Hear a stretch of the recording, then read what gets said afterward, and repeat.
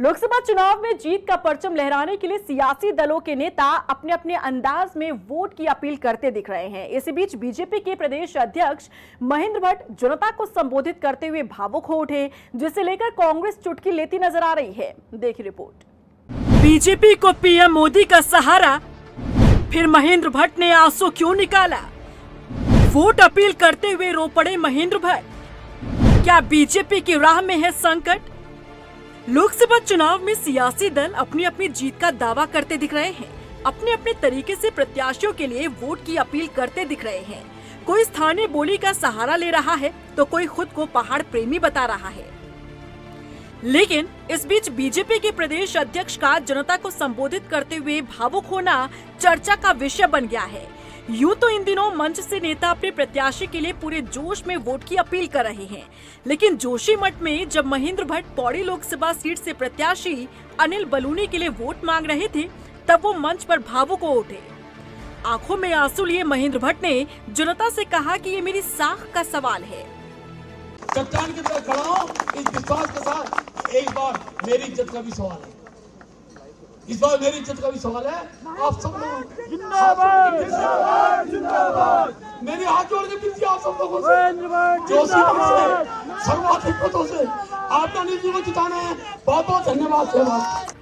बता दें कि इस दौरान मंच पर मुख्यमंत्री पुष्कर सिंह धामी, पौड़ी लोकसभा सीट से प्रत्याशी अनिल बलूनी समेत तमाम नेता मौजूद थे।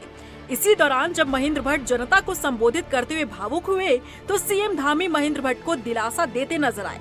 वहीं बीजेपी का कहना है कि महेंद्र भट्ट अपनों के बीच पहुंचे थे, इसलिए भावुक हो गए थे। देखिए भाई, ये क्योंकि हमारे प्रदेश अध्यक्ष वहाँ के स्थानीय वहाँ विधायक भी रहे हैं और वहाँ के जन जन से उनका लगाव है, और उनकी जो मंच पर उन्होंने जो संबोधन किया, जो उनके बीच में जब उनकी जो वहाँ के लोग जो हमारे कार्यकर्ता हैं जो जनसभा में जो मातृशक्ति उपस्थिति, जो उनकी भावनाएं आदरणीय अध्यक्ष जी के प्रति उनकी व्यक्त लोग कर रहे थे, उसको लेकर के वो भावुक हुए हैं। निश्चित रूप से अपने लोगों के बीच में जाकर भावुक भी होते हैं।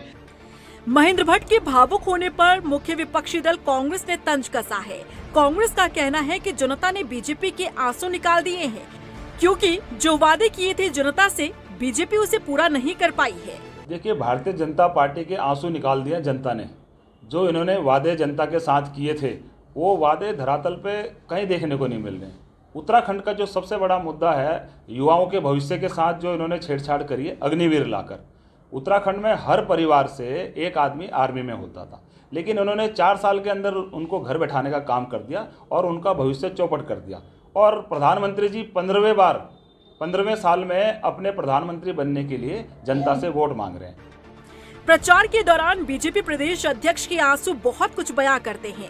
महेंद्र भट्ट बखूबी ये जानते हैं कि बतौर प्रदेश अध्यक्ष उनके ऊपर भी बीजेपी को 5 सीटों पर जीत दिलाने की जिम्मेदारी है।